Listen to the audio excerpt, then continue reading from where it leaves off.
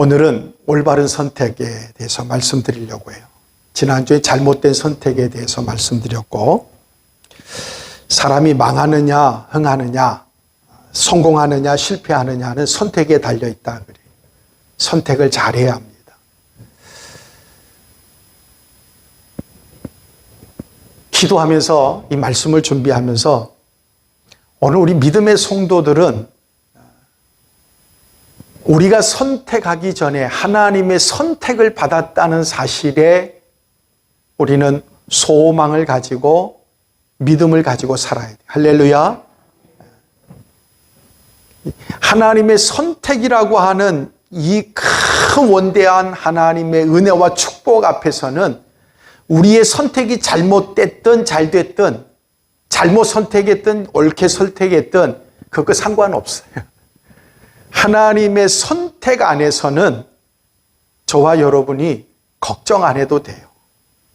인간적인 사람이기 때문에 우리가 하나님이 주신 은혜와 믿음을 가지고 어떻게 선택해야 하나님의 은혜 가운데 살아갈 수 있을까? 그 선택에 대한 말씀을 드리려고 합니다.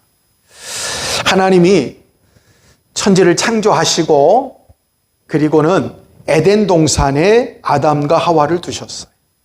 그리고는 하나님이 선택하게 하셨어요. 이렇게 말씀합니다. 여호와 하나님이 그 사람에게 말하여 가라사대 동산 각종 나무의 실과는 내가 임의로 먹되 선악을 알게 하는 나무의 실과는 먹지 말라. 내가 먹는 날에는 죽으리라. 정령 죽으리라 라고 말씀하셨어요. 그러니까 동산, 그 에덴 동산에 하나님이 많은 과일나무가 있어요. 그거 먹고 생명을 유지할 수 있는 생명나무. 근데 동산 중앙에 나무 하나가 있었는데 선악과라고 하는 나무가 있었어요. 사람들은 참 그걸 비유로 설명을 참 많이 하고 그림도 그렇게 꼭 사과나무를 그려놓잖아요. 우리가 사과 얼마나 좋아합니까? 그러니까 별거 아닌 것처럼 그렇게 사람들이 인식하게 만드는데 그 선악과를 먹으면 정령 죽으리라. 오늘 말씀은 에덴 동산에 생명나무와 선악과를 놔두시고 선택하라는 거예요. 사랑하는 여러분, 이 선택이라고 하는 거, 에덴 동산에 아담과 하와에게만 선택하라고 하신 게 아니에요. 오늘 본문 말씀은 이 말씀을 듣는 저와 여러분에게도 선택하라고 말씀하시네요. 자, 15절 말씀을 보니까 보라, 내가 오늘날 생명과 복과 사망과 화를 내 앞에 두었나니. 생명과 사망, 복과 화를 내 앞에 두었다 그랬어요. 그리고 19절로 20절 말씀에 보니까 내가 생명과 사망과 복과 저주를 내 앞에 두었은즉 너와 내 자손이, 한번 따라 하십니다. 살기 위하여 생명을 택하라. 나를 하나님께서 오늘 말씀에 생명과 사망, 복과 화를 두었는데 너와 내 자손이 살기 위하여 생명을 택하라. 복을 택하라고 말씀하시는 거예요. 이스라엘 백성들에게 생명을 택하라는 겁니다. 복을 택하라는 거예요. 이게 올바른 선택입니다. 할렐루야. 하나님은 에덴 동산에 생명나무와 선악과를 놔두시고 그게 무슨 뜻인지 애매모호하게 말씀하신 게 아니라 다른 건 다 먹어라. 먹고 생명을 얻고 살아라. 그러나 동산 중앙에 있는 선악과는 먹지 마라. 먹으면 사단이 말한 것처럼 죽을까 그렇게 애매하게 얘기 안 하시고 먹으면 정령 죽는다. 먹지 마라. 먹으면 안 돼. 분명하게 말씀하셔요. 예수 믿어야 살아요. 예수 믿지 않으면 죽습니다. 잘 살고 못 살고 성공하고 실패하고 이 문제가 아니에요. 죽고 사느냐는 거예요. 생명을 얻기 위해, 살기 위해 여러분, 저와 여러분이 옳은 걸 선택하는, 믿음을 선택하고 예수님을 선택하고 옳은 길로 가는 저와 여러분 되시기를 주 이름으로 축원합니다. 이스라엘 백성은 오늘 택해야 합니다. 우리는 오늘 이 말씀을 듣는 오늘 저와 여러분은 오늘 선택해야 합니다. 왜냐하면 오늘이 확실한 시간입니다. 내일은 내 시간이 아니에요. 지난 과거를 놓고 후회하고 걱정하고 낙심하고 그건 지나가 버렸어요. 오늘 우리 앞에 생명과 사망, 복과 화가 있어요. 살기 위하여 생명을 선택하고 복을 선택하는 귀한 성도들 되시기를 주 이름으로 축원합니다. 오늘뿐이에요.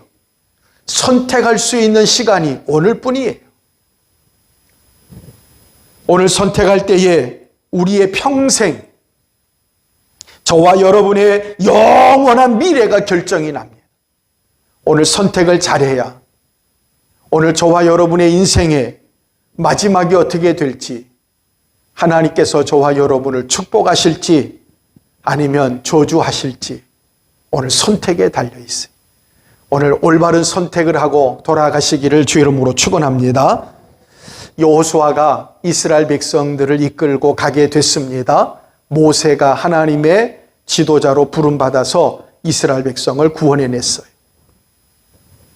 하나님이 모세에게 너 가나안 땅에 못 들어가. 그래서 요단강을 못 건너가고 하나님은 광야에서 모세와 이스라엘 백성들이 죽게 놔두셨어요. 그리고는 여호수아에게 이스라엘 백성을 이끌고 요단강을 건너서 하나님의 약속의 땅에 가는데, 이스라엘 백성을 이끌고 가는 이 여호수아가 저들 앞에 이렇게 말씀합니다. 너희 섬길 자를 오늘날 택하라. 너희 섬길 자를 오늘 택해라. 나와 내 집은 여호와를 섬기겠노라. 할렐루야. 여러분, 이게 믿음이에요. 오늘 하나님은 이 세상의 모든 사람들에게, 예배드리는 성도들에게, 믿음의 가정에, 주의 사랑한 택한 자들에게, 안 믿는 자들에게까지 오늘 너희가 섬길 자를 택해라. 하나님을 섬길 것이냐, 바알을 섬길 것이냐, 하나님을 믿고 의지하고 살 것이냐, 아니면 세상을 선택하고 세상으로 갈 것이냐. 나와 내 집은 여호와를 섬기겠다. 오늘 이 선택이 여러분의 선택되기를 주 이름으로 축원합니다. 나와 내 가정이, 나와 내 자녀가, 나와 내 남편이, 나와 내 아내가, 나와 내 부모가, 나와 내 형제가 여호와를 섬기겠다고 선택할 수 있는 하나님의 놀라운 역사가 나타나기를 주 이름으로 축원합니다. 올바른 선택을 위해서 첫째는 성경을 보니까 좁은 길을 선택하라고 말씀하셔요. 한번 따라 하십니다. 좁은 길을 택하자. 예수님께서 산상보훈에 이렇게 말씀합니다. 좁은 문으로 들어가라. 멸망으로 인도하는 길은 크고 그 길이 넓어서 그리로 들어가는 자가 많고 생명으로 인도하는 문은 좁고 길이 협착하여 찾는 이가 적음이라. 우리가 너무 잘 아는 말씀이죠. 좁은 문, 좁은 길, 넓은 문, 넓은 길. 좁은 문, 좁은 길은 가기가 힘들어요. 불편해요. 어렵습니다. 많은 사람들이 그리로 가지를 않아요. 넓은 문, 넓은 길은 사람들이 가기가 편해요. 그래서 사람들이 넓은 길로 넓은 문으로 간단 말이에요. 그런데 우리에게 하시는 말씀이 너희는 좁은 길로 가라. 좁은 문으로 들어가라. 오늘 이 말씀을 잘 기억하시기를 바랍니다. 좁은 길이 뭐냐? 여러분, 좁은 길은 한 곳으로만 가야 하는 외길입니다. 사실 이 외길에서 중간에 사람들이 서로 만나면 이거 난감해요. 누가 한 사람이 피해줘야 되고, 그래서 좁은 길을 가다 보면 중간에 한쪽에 사람들이 피할 수 있는 그런 여유 공간을 또 만들어 놔요. 왜냐하면 거기서 저 한 사람이 올 때까지 기다렸다가 지나가고 나면 가야지, 서로 내가 먼저라고 가면 누구 한 사람 떨어져요. 그게 외길이에요. 그게 좁은 길이란 말이에요. 이 좁은 길은 힘들고 어려운 길입니다. 신앙생활하는 길은 그렇게 쉬운 길이 아니에요. 녹록한 길이 아니에요. 때로는 핍박과 환난과 어려움이 있고 가는 길이 괴롭고 답답할 때가 있어요. 그러나 이 위험이 도사리고 있는 좁은 길, 협착하고 사람들이 많이 가지 않고 때로는 눈물을 흘리고 땀을 흘려야 되는 이 길로 주님은 우리에게 가라고 말씀하셔요. 믿음의 길은 그런 겁니다. 믿음을 선택하고 믿음으로 하나님을 의지하고 살아가려고 하면 때로는 힘들고 어렵고 땀을 흘리고 눈물을 흘리며 가는 길이에요. 그런데 그 길로 가야 생명을 얻는다는 거예요. 그런데 넓은 길은 어떻습니까? 우리가 넓은 길로 가다 보면 작은 길들이 참 많아요. 곁길, 지름길이라고 하고 샛길이라고도 하는 길이 참 많아요. 넓은 길로 가보면 여러분 교차로가 많습니다. 가다가 보면 어디로 가야 될지 방황할 때가 많아요. 그래서 넓은 길을 가다 보면 길이 여러 갈래가 나와요. 가다가 2갈래 길이 나오고 때로는 3갈래, 5길까지 나와요. 그럼 가면 어디로 가야 될까? 여기로 가야 될까? 저기로 가야 될까? 그러면서 왔다 갔다 하다 보면 여러분 방황하게 되잖아요. 신앙생활 넓은 길로 가면 방황하게 돼 있어요. 믿음의 길은 오직 한 길이에요. 예수님밖에 없어요. 다른 길이 없어요. 근데 넓은 길로 가보면, 세상으로 가보면 어떻게 가든지 서울만 가면 되잖아요. 길이 많아요. 사람이 길을 잃어버릴 때 보면 길이 없어서 길을 잃어버리는 게 아니고 길이 많아서 길을 잃어버려요. 길이 없어서 잃어버리는 게 아니라는 거예요. 인생이 가는 동안 우리가 가야 하는 이 길에서 최종적인 목적지가, 저와 여러분이 지금 이 인생길에서 마지막 저와 여러분이 종착역이 어디예요? 사람들은 다 다른 데 얘기합니다만 우리 성도들은 천국이. 할렐루야. 좀 고리타분하고 그래도 이 말씀을 잘 들으시고, 우리의 인생의 마지막 종착역은 아프면서 가든 성공해서 가든 근심하며 가든 즐거워서 가든 우리의 가는 길의 최종 목적은 천국이에요. 여러분, 여기에도 길이 있고 저기에도 길이 있고 천국 가는 길이 여러 갈래 길이 있는 거 아닙니다. 길은 오직 하나밖에 없습니다. 다른 방법이 없어요. 성경의 사도행전 4장 12절에 이렇게 말씀합니다. 다른 이로서는 구원 얻을 수 없나니 천하 인간의 구원받을 얻을 만한 다른 이름을 우리에게 주신 적이 없다 그랬어요. 예수님밖에 없어요. 예수님밖에 없어요. 예수 잘 믿으세요. 할렐루야. 예수님 확실히 믿고 사셔야 돼요. 힘들어도 다 어려워도 여러분 예수님 잃어버리면 안 돼요. 내가 길이요 진리요 생명이니 나로 말미암지 않고는 아버지께로 갈 수 없다 그랬어요. 할렐루야. 황 과장님 더워서 그런 것 같아요. 저 문 좀 열어놓으세요. 출입구 문 좀. 더우시니까 조시는 것 같아. 우리 저 뒤에 있는 저 히터가 얼마나 좋은지요. 미리 틀어가지고 놔두면 조금 있다가는 꺼져요. 자기 혼자 꺼지고 나면 얼마나 또 추워지는지 몰라요. 영원히 사는 길, 사람들은 영원히 살고 싶어 해요. 구원받고 싶어 해요. 근데 그 길은 예수님밖에 없는데 사람들은 예수 믿어야 구원받는다고 하고 그 길이 천국 가는 길이고 그게 영원히 사는 길인데 사람들은 딴 데서 길을 찾아요. 딴 길을 찾아보고 있어요. 여러분 꼭 반드시 기억할 건 저와 여러분이 이 세상 떠나는 그 순간, 마지막이 숨을 거두는 그 순간, 마지막 저와 여러분은 예수님을 고백할 수 있게 되기를 주의 이름으로 축원합니다. 여러분 딴 생각하면 안 돼. 여러분 늘 기억하고 사셔야 돼. 내 이 세상 떠나는 마지막 순간 내 고백은 뭐 누구처럼 멋진 인생의 유언을 남기려고 그런 거 하지 말고, 그 남기면 뭐해요? 누가 뭐 알아줘요? 안 알아주지요. 마지막 떠날 때 주님, 내 영혼을 받으시옵소서. 주님, 네, 주님 곁에 가겠습니다. 예수님, 나의 구주가 되시는 예수님. 오늘 저와 여러분이 예수 잃어버리면 안 돼요. 그 길이 좁은 길이라는 거예요. 그 길이 가기가 힘들대요. 그 길이 사람들이 많이 안 가요. 우리는 많은 사람들이 가면 거기가 진리가 있는 건 줄 알고 쫓아가는데 아니란 말이에요. 예수님 가신 길, 십자가의 길, 나를 따라오려거든 십자가 지고 와라. 그게 사명의 길이에요. 믿음의 길이에요. 그게 주님 앞에 순종하며 가는 길이에요. 할렐루야. 좁은 길 선택하시기를 주의 이름으로 축원합니다. 그 길이 예수님 가신 십자가의 길이에요.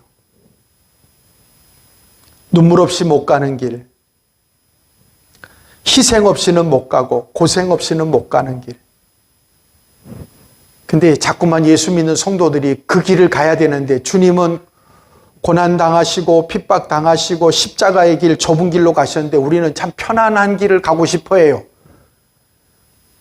주님 가신 길은 주님 가시고 나는 그래도 안 되면 택시라도 타고 가든지 아니면 봉고차라도 타고 가든지 좀 넉넉하게 편안하게 행복하게 자꾸 그 길로 가려고 그래요. 빨리 내려오셔서 주님 따라가십시오. 주님 가신 길, 그 길이 먼지 풀풀 나는 길이고 협착해서 많은 사람 안 가고 가는 길이 왠지 쓸쓸하고 그래도 그 길이 생명으로 가는 길이에요. 오늘 그 길을 선택하시고 가다가 힘들고 어렵고 눈물 나도 포기하지 말고 가시기를 주 이름으로 축원합니다. 근데 성경은 우리에게 그 길로 가는 우리에게 말씀하셔요. 그 길에 그곳에 영광이 있어요. 할렐루야. 그곳에 생명이 있어요. 복이 있어요. 거기에 자손이 잘 되는 복이 있어요. 거기에 장수하고 구원받는 길이 거기에 있어요. 오늘 그 길을 선택하기를 주의 이름으로 축원합니다.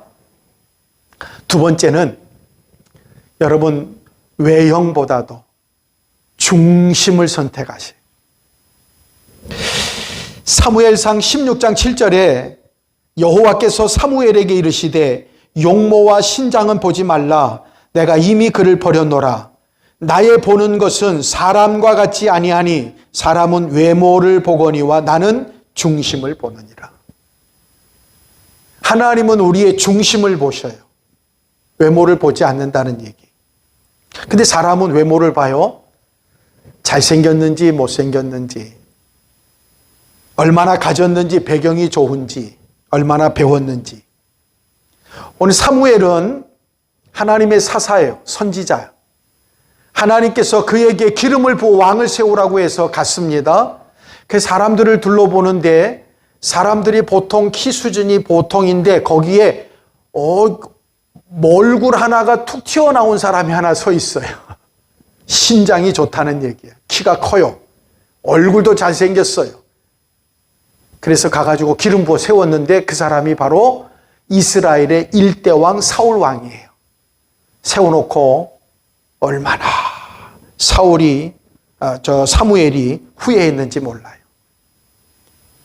사무엘이 왕이 되고 나서 이스라엘에 얼마나 아픔과 어려움을 갖다 줬는지. 그래서 그 다음에 세울 때는 하나님이 이새의 가정에 큰아들부터 쭉 데리고 왔는데 얼굴이 준수하고 총명해 보이고 왠지 장군감이고 그래서 기름 부으려고만 하면 하나님이 아니다. 처음에 실패했으니까 꾹 참고 시키는 대로 아니라고 그러니까 안 줬어요.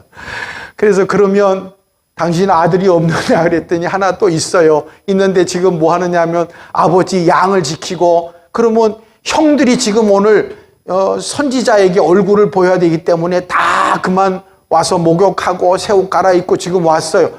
다윗 하나만 밖에서 지금 양 지키고 있는 거예요. 빨리 데리고 와라. 그래서 새 옷 갈아입었던 형들이 전부 작업복 갈아입고 그리고 다시 작업터로 나가고, 일하던 다윗은 불러왔는데 씻을 시간이 없어요. 그냥 들어왔어요. 그냥 뭐 지푸라기가 막 냄새 나고 그런 작업복 입은 사람 다윗이 들어왔는데 하나님께서 그에게 기름 부으라는 거예요. 그래서 세운 다윗도 나중에 자기 아들 가운데 압살롬, 잘생긴 압살롬을 편애했어요. 근데 그 아들 때문에 반란이 일어나고 얼마나 힘들고 어려운 삶을 살았는지 몰라요. 예수님의 평가 기준은 누구든지 크고자 하면 섬기는 자가 되라. 여러분, 중심을 하나님이 선택하신다 그랬어요. 하나님이 너희 중에 누구든지 큰 자가 되기를 원하냐? 섬기는 자가 되라. 너희 중에 누구든지 으뜸이 되기를 원하냐? 종이 되라. 여러분, 하나님 교회에 하나님이 일꾼을 세울 때 하나님은 어떤 사람을 세울까? 돈 많은 재벌, 공부 많이 한 교수, 뭔가 특별하고 재능이 있는 사람, 하나님이 그런 사람을 찾는 게 아니란 말이에요. 하나님은 섬기는 자, 교회를 섬기는 사람, 성도를 섬길 줄 아는 사람, 종이 될 사람. 주인 행세하면 안 되고 종이 돼야 되는 거예요. 우리 교회도 일꾼을 세워야 되는데 코로나가 하도 길어가지고 지금 교회들마다 다 지금 어려운 가운데 있는 게 지금 다 못하고 있는 상황이 있어요. 우리가 하나님의 교회에 믿음의 사람으로 쓰임받기 원한다면 주님은 우리의 중심을 보신다는 거예요. 바울이 우리의 인생을 놓고 얘기하면서 질그릇에 대한 이야기를 해요. 질그릇. 그릇이 많아요. 집에는 금그릇, 은그릇, 나무그릇, 질그릇. 제일 약한 그릇이 이 질그릇이에요. 근데 이 질그릇은 흙으로 만들었기 때문에 재질이 흙이에요. 흙으로 빚었기 때문에 금으로 만들면 삐깔나지요. 재료도 가치가 있고. 볼품 없어요. 떨어지면 잘 깨져요. 조금만 부딪혀도 이빨이 나가버리고. 그런데 이 질그릇에 무엇을 담느냐 하는 거예요. 재질은 제일 못난 질그릇이에요. 값어치도 없고 약하고. 근데 문제는 그 그릇에 뭘 담느냐 하는 거예요. 그러면 그 그릇이, 질그릇이 가치가 달라져요. 제가 어저께인가 뉴스를 보다 보니까요, 어느 외국에 있었던 일인데 미술관에 어떤 분이 취직을 했어요. 근데 첫날 그 미술관에 출근해가지고 일이 벌어졌어요. 와서 보니까 그림에 눈이 없어요. 그래서 눈을 그려놓았어요. 첫날 와서 한 일이에요. 아니, 눈을 누가 다 지워버렸어. 그래서 이 사람이 들어와서 미술적인 감각이 없으니까 처음 와서 눈을 볼펜을 가지고 그렸는지 하여간 살짝 그려놨어요. 난리가 났어요. 그 작품들은 다 눈이 없는 거예요. 원래 그림이 그냥 얼굴, 코도 없고 눈도 없고 아무것도 없는 거예요. 그게 그림의 특징인데 처음 와가지고 보니까 이건 말이 안 되는 거예요. 어떻게 미술관에 그림에 사람 얼굴에 눈이 없으면 어떡하냐. 근데 다행히도 이분이 진하게 그리지 않아서 복원이 잘 된다고 그러더라고요. 그러고서 뉴스를 마치는 걸 봤는데,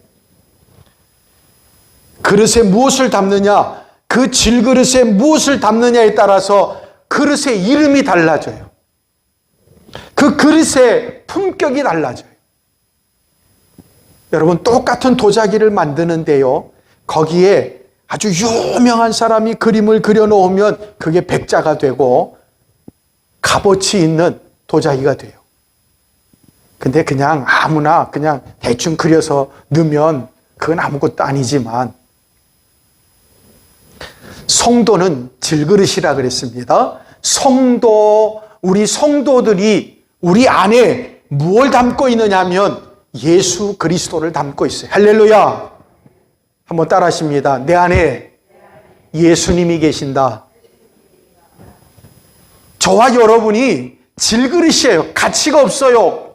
죄투성이에요. 문제투성이에요. 잘 깨져요.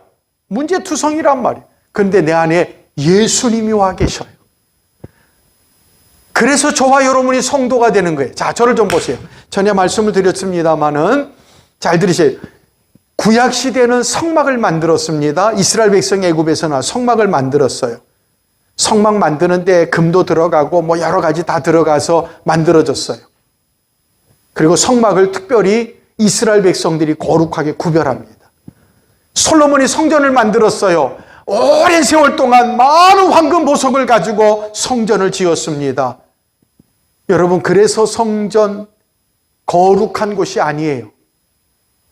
그 성전에, 사람이 손으로 만든 성막에, 그 성전에, 그게 거룩한 성전이 되는 것, 하나님이 임재하시기 때문에. 할렐루야. 우리가 세상 사람들과 비교할 때에 도덕적으로 보면 더 문제투성이에요. 어떻게 보면 교인들이 더 강도 같고 더 도덕 같다고 세상 사람들이 욕하고 그래요. 맞아요.